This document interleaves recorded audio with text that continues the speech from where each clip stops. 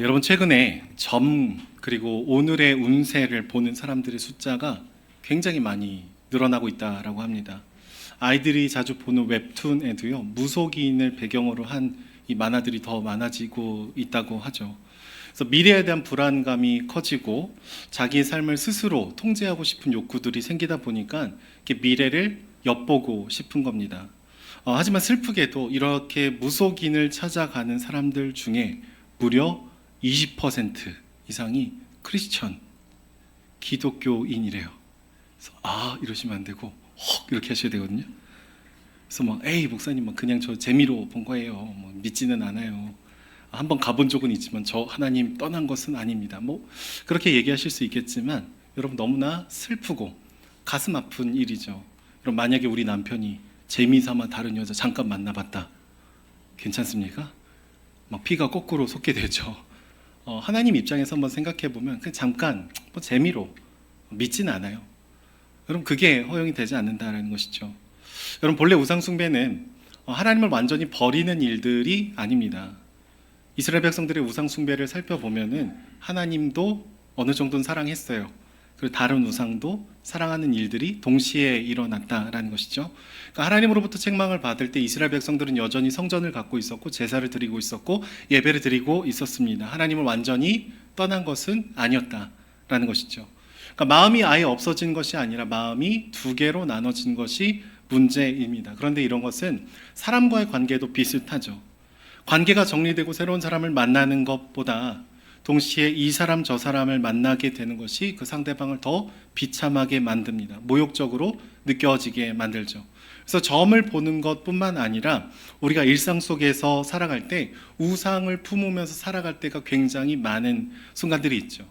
심지어 하나님께서 주신 선물을 지나치게 사랑하고 과도하게 집착하면서 하나님보다 그것을 더 사랑하고 하나님을 대체하려고 할 때가 많이 있습니다. 그러니까 우리 인생에 중요한 것들이 있잖아요. 근데 중요한 것을 넘어서서 내 인생을 결정짓는 궁극적인 것으로 격상을 시키면 여러분 아무리 선하고 아무리 좋은 것이라고 하더라도 그것이 우상이 됩니다. 하나님의 자녀 너무 좋은 것이죠. 하나님의 자녀가 나를 끌고 간다면 하나님의 자녀도 우상이 될 수도 있다라는 것이죠. 여러분 자녀를 교육하는 것은 너무 소중하고 중요한 일입니다. 근데 우리 아이가 어느 대학에 가지 않으면 어느 정도 연봉을 벌지 않으면 우리 아이의 인생이 가치가 없어질 거라고 확신하면서 과도하게 교육에 몰입하게 되면은요, 여러분 우상일 가능성이 높습니다. 그러니까 우상은 늘 과도함 속에 숨어 있어요. 오버하는 데 숨어 있습니다. 정도를 지나쳐서 내가 계속해서 집착을 하게 되는 것이죠. 여러분 적절하게 돈을 벌고 돈을 쓰고 어느 정도 저축하고 안정감을 누리는 것, 여러분 이거 죄 아닙니다. 우리가 갖고 있는 안정감에 대한 욕구, 기본적인 욕구죠. 그런데 이것을 넘어서서 만족을 모르고 더 가져야지, 돈을 더 많이 가질수록 내가 행복할 거다. 이렇게 과도하게 돈을 추구하게 되면은 그것이 우리를 잡아먹고 그것이 우리 우상이 되게 되는 것이죠. 아직 정확하게 다 파악은 되지는 않았지만 캄보디아에서 최근에 있었던 일들이 뉴스에 많이 보도가 되고 있습니다. 처음에는 한국인들이 그냥 피해자라고 생각을 했어요. 여행을 갔든 취업으로 갔는데 사기를 당해서 감금을 당하고 폭행을 당하고 죽임을 당하게 되는 그 일들을 보면서 굉장히 이제 가슴 아프게 그 현상들을 바라봤습니다.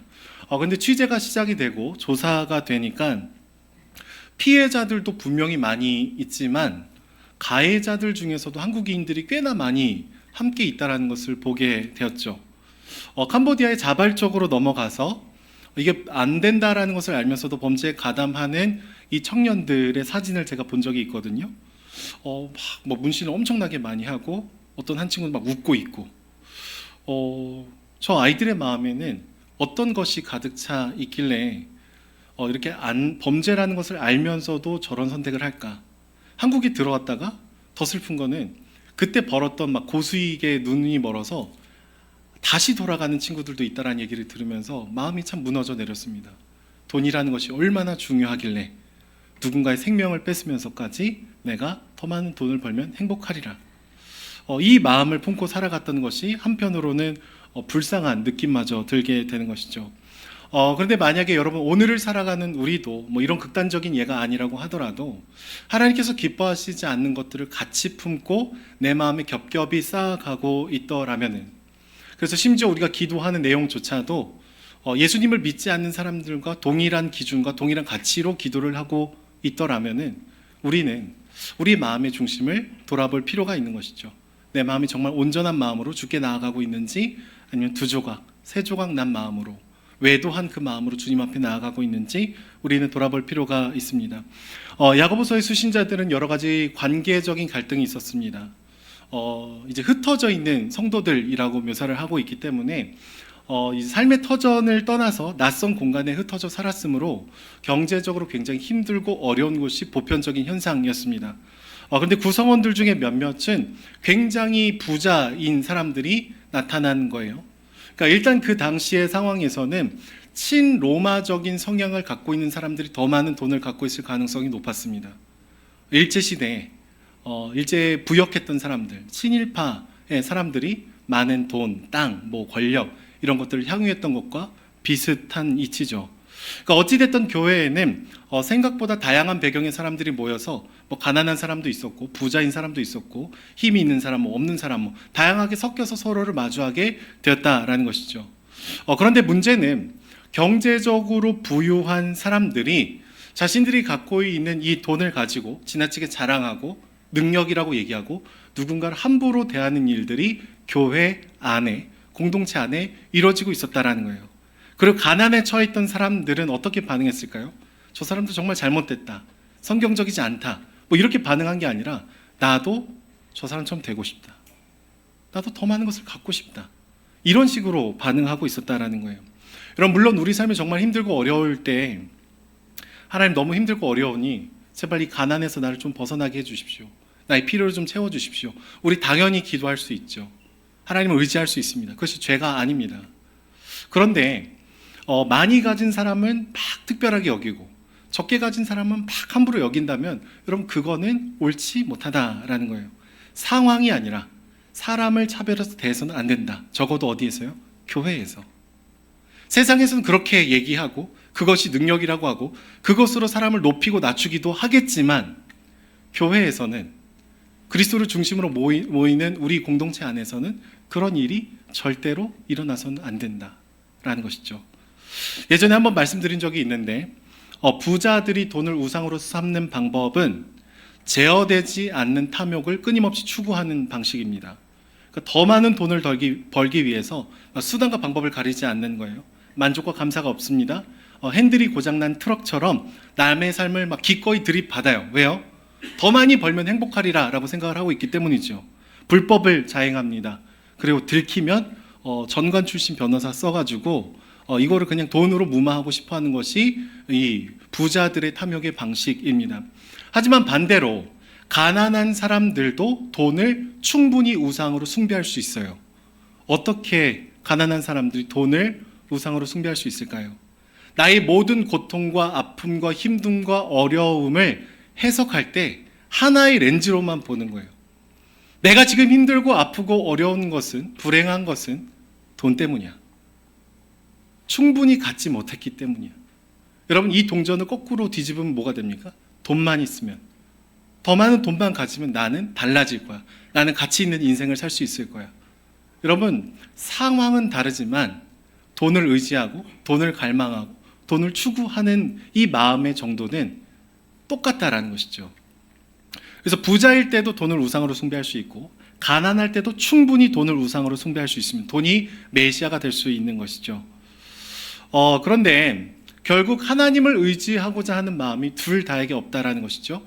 처해 있는 상황은 다르지만 마음은 동일한 것입니다. 그런데 야고보서의 수신자들이 그랬다라는 거예요. 예수님을 난 믿습니다. 이런 신앙의 고백을 드리지만 가난한 사람 오면은 막 함부로 대하고 부자들이 오면 막 좋은 자리에 막 안내하고, 여러분, 하나님을 예배하는 그 공간에서조차도 소유에 따라서 사람의 차별을 나눈다면은 그들의 평소 일상의 삶이 얼마나 무너졌는지를 우리는 가늠해 볼 수 있게 되죠. 그러니까 기독교인이라고 말하지만 사실 그 마음에 전혀 성경적이지 않은 가치관들이 가득가득 있었고, 그게 야고보서의 수신자들이고, 어떻게 보면 오늘을 살아가는 우리의 마음일 수도 있다라는 겁니다. 여러분, 야고보서의 수신자들은 그들이 믿는 바와 살아가는 바가 점점점 분리되기 시작했어요. 겉으로는 멋진 집사님, 장로님, 목사였습니다. 근데 속을 들여다보면은 이상한 것들만 기도하는 거예요. 오늘 본문에 얘기하거든요. 너희가 기도는 했는데 정욕을 따라서 기도해서 그 기도의 응답이 안 됐다. 이런 얘기하거든요. 하나님, 감사가 없고 더요, 더 주세요, 더 오르게 해주세요, 더 주세요. 다른 사람의 고통과 아픔은 듣지 않고 보지 않고 외면하면서 나의 탐욕만을 계속해서 추구하는 기도만 남았다라는 것이죠. 하나님의 이름을 부르짖지만 그 기도의 내용을 들어보면 예수님을 안 믿으시는 분들과 똑같은 것을 사랑하고 갈망했다라는 것이죠. 이런 상황에 대해서 야고보는 어떤 영적인 평가를 내릴까요? 너희는 간음한 여인이다. 충격적이죠. 너희는 두 마음을 품은 자다. 여러분, 왜 이런 얘기를 했을까요? 야고보서의 수신자들이 정신을 못 차렸거든요. 그 사람들이 막 주일 성수 안 했겠습니까? 주일 성수 했을 겁니다. 예배 드렸을 겁니다. 하나님께 기도했을 겁니다. 기도의 시간이 심지어 많았을 거예요. 겉으로 보면 신앙적으로 아무런 문제가 없는 생활을 계속하고 있었다고요. 그러니까 너 회개해. 아니야, 나 잘 믿어. 너 주님께 나아가야 돼. 아니야, 나 잘 믿고 있어. 근데 주님께서 말씀하시는 건 껍데기 말고 너희 마음의 중심에 무엇으로 가득 차 있냐? 이 질문을 하고 있는 것이죠. 여러분, 하나님은 하나님과 교회의 그 인격적인 관계를 얘기할 때 부부라는 관계, 결혼이라는 관계를 통해서 묘사를 하실 때가 참 많이 있습니다. 그래서 교회를 그리스도의 신부다, 이런 묘사를 하시죠. 신랑이 되신 예수님과 신부가 된 성도, 그리스도인, 이렇게 묘사를 하죠. 왜 그렇습니까? 결혼이라는 제도만큼 하나님과 우리 사이에 특별한 것을 이렇게 표현할 길이 없는 거예요. 근데 여러분, 결혼을 하면 서로를 독점적으로 사랑하게 되죠. 배타적인 성격을 분명히 띠게 됩니다. 만약에 우리 사랑하는 배우자가 밤 11시에 다른 이성과 함께 단둘이 시간을 보내고 있다라는 사실을 알게 되면은 여러분, 이게 허용 가능합니까? 아닙니까? 만약에 저희 아내가 그럼 저는 뛰쳐나갈 거예요. 어디냐고 막 찾고. 외박을 하고 온다? 있을 수 없는 일이죠. 이게 상식입니다. 기독교인이라서 그런 게 아니라 결혼을 안 해도요, 내가 사귄 남자친구가 있어요. 근데 갑자기 막 나이트에 간 게 걸렸다. 이제 끝나는 거죠. 왜요? 우리의 사랑은 기본적으로 배타성과 독점성을 갖고 있습니다.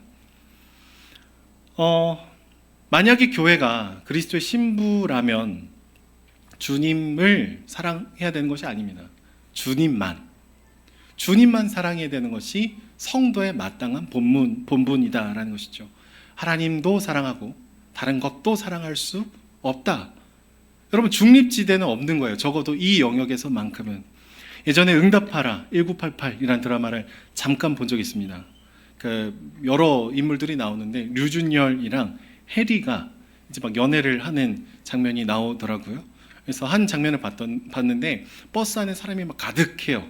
그래서 사람이 너무 많아갖고 이 여자친구인 해리가 막 이리 치고 저리 치고 그러니까 갑자기 류준열이 탁 하면서 이제 팔을 탁 하면서 이 여자친구 안에 두고 막 지켜주는 거예요. 사람들이 막 이렇게 밀지 못하도록.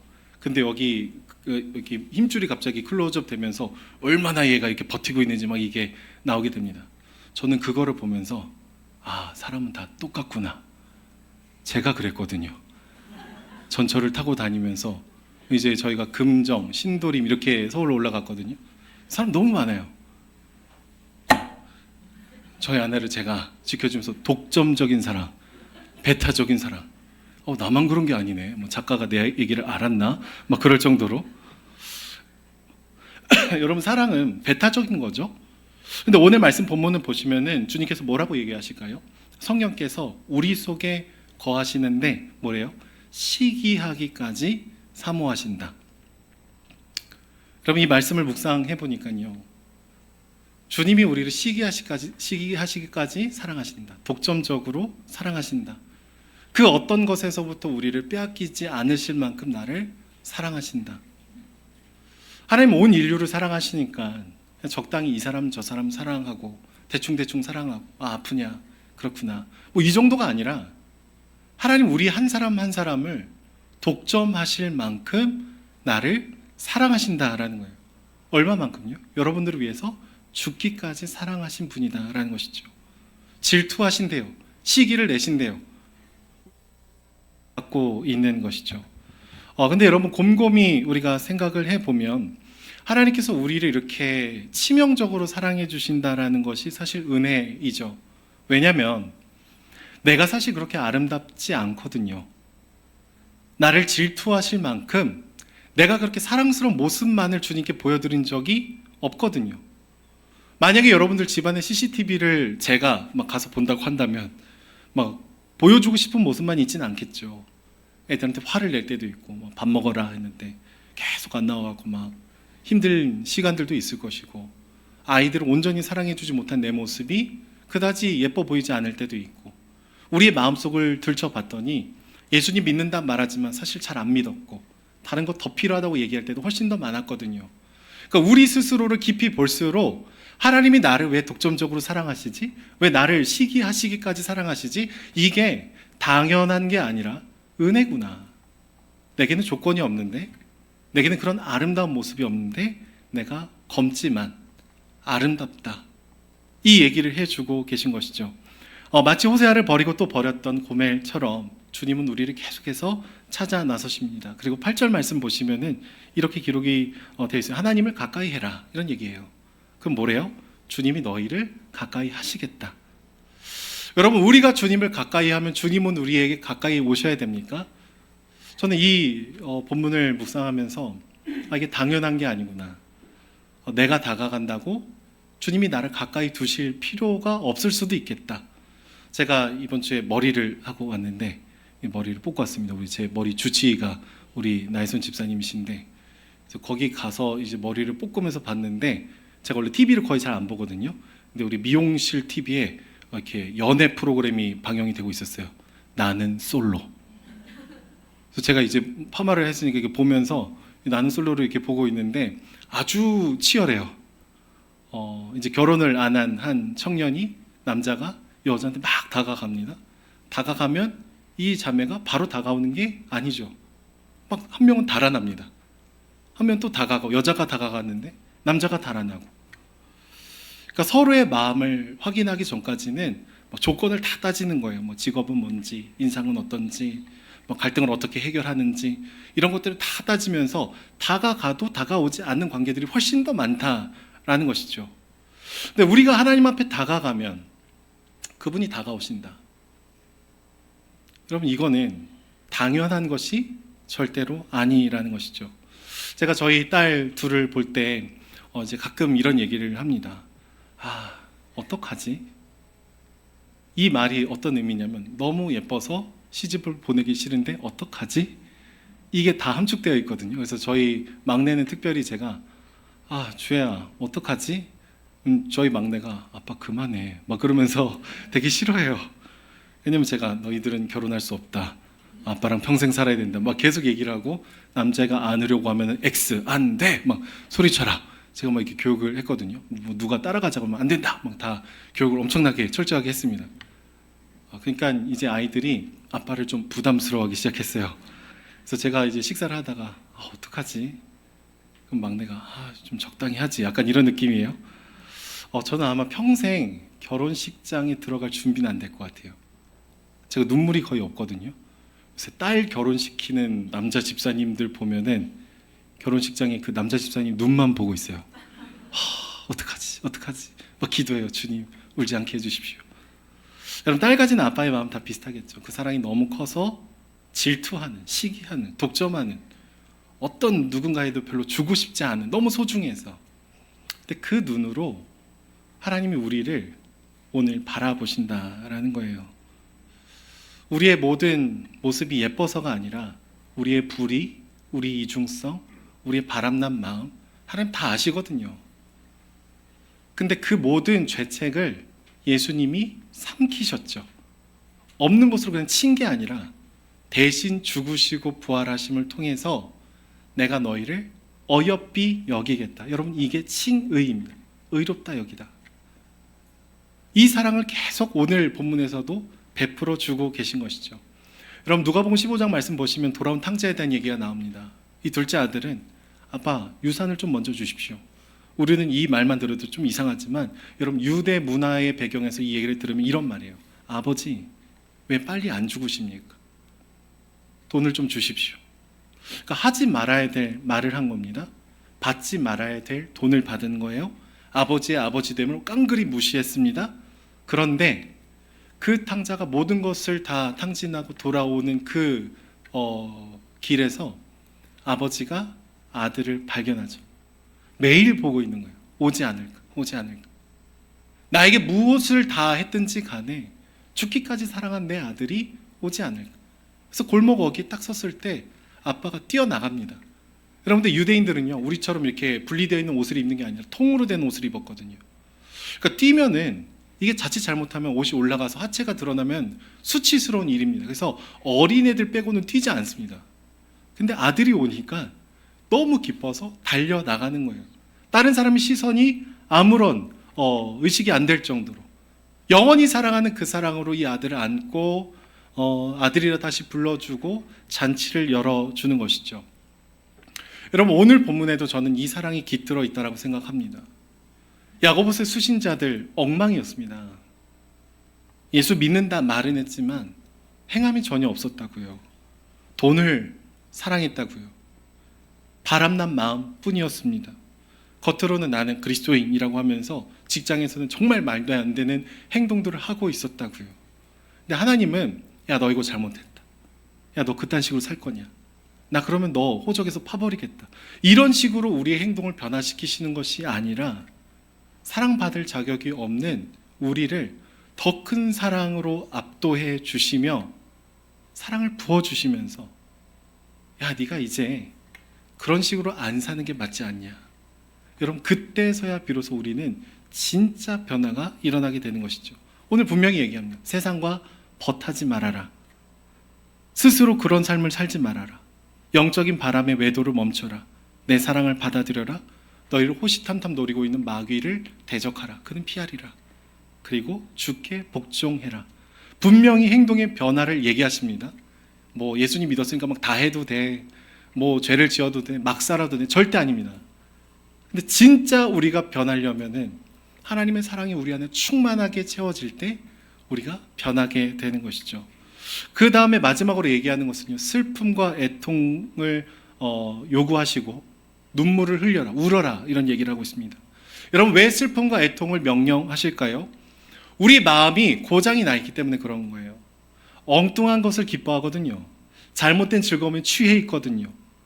여러분 아까 말씀드렸던 캄보디아의 보이스피싱을 하는 그 청년들이 어떨 때 기뻐할 것 같습니까?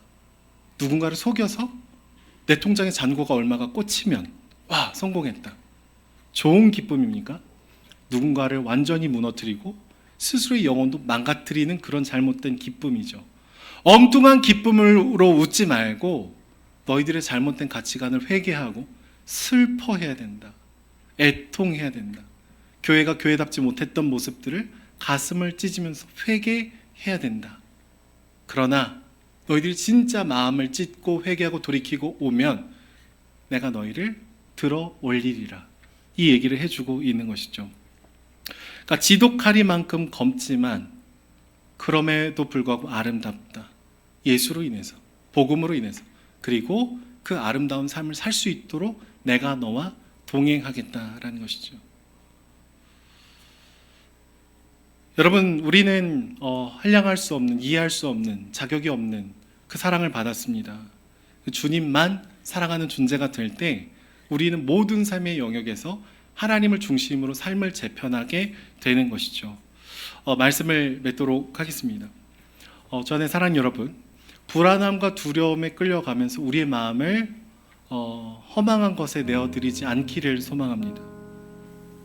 심지어 그런 순간에도 주님은 우리에게 먼저 찾아오셔서 우리 그냥 가만히 내버려 두시진 않지만 우리 상처에 연고를 바르세요. 자신의 피를 바르세요. 자신의 사랑을 바르세요. 그리고 이제는 우리 이런 삶을 멈추자고 자신의 생명을 걸고 얘기해 주고 계신 것이죠. 두 마음인 너희인 것 알지만 그래도 너희를 사랑한다. 대신 이 사랑을 알았으면 절대로 그대로 머물러 있지 말아라.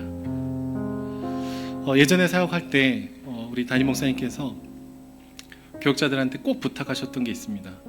목회자가 강단에 올라가서 성경을 읽을 때 틀리지 마라. 틀리면 혼났어요. 틀리지 말아야지 하면 어떻게 될까요? 틀려요. 틀리지 말아야지, 틀리지 말아야지, 틀리지 말아야지 하면 틀립니다. 여러분, 제가 여러분 코끼리를 생각하지 마십시오. 코끼리를 생각하지 마십시오. 그러면 생각하지 말라 그러는데 코끼리가 계속 생각이 납니다. 여러분, 죄도 비슷해요. 죄 짓지 말아야지, 이거 하지 말아야지. 이거를 해야 될 것과 하지 말아야 될 것으로 접근하면은요, 와, 예수 믿기 피곤하다. 해야 될 게 왜 이렇게 많고 하지 말아야 될 게 왜 이렇게 많은 거야. 근데 여러분, 우리가 결혼하면, 사랑하면 배우자를 중심으로 모든 관계를 재편하거든요. 이 사람 만나도 돼? 저 사람 만나도 돼? 아니요, 그런 거 묻지 않습니다. 사랑하면 자연스럽게 모든 관계들이 어느 정도 정리가 됩니다. 여러분, 주님을 사랑하면 우리는 죄를 정리하게 돼요. 슬퍼하게 돼요. 떠나게 돼요. 넘어지는 나의 모습을 아파하게 됩니다. 주님께서는요, 찾아와서 요거 하지 마라, 저거 하지 마라. 여러분, 그런 게 아니라 나를 사랑해라. 우리가 하나님을 진정으로 사랑할 때, 솔직히 얘기하면 우리는 하나님을 사랑할 수 있는 힘이 없지만 나를 사랑하시는 그 사랑에 내가 반응할 때 우리의 삶은 진짜 변할 수 있게 되는 것이죠. 여러분, 삶이 변화되지 않습니까? 잘 되지 않는 영역들이 있습니까? 또 넘어지는 것이 있습니까? 기도하십시오. 주님, 내가 당신을 사랑하기 원합니다. 당신을 너무 사랑해서 나머지 것들이 보이지 않도록, 이게 희생처럼 느껴지지 않도록. 여러분, 결혼한 배우자가 대학 동기 안 만나는 거를 아내한테 내가 너를 위해서 희생했다고 얘기 안 하거든요. 그건 당연한 겁니다. 우리 삶을 기꺼이 조정하는 것이죠. 저는 저와 여러분들이 그럴 수 있었으면 좋겠어요. 하나님, 내가 당신을 사랑해서, 그래서 기도하고 당신을 사랑해서 내 안에 반복됐던 죄를 슬퍼하고 끊어내고 당신을 사랑해서 그렇게 나아가는 자가 되게 해주십시오. 이렇게 함께 고백하고 나아가는 저와 여러분들이 되길 소망합니다. 우리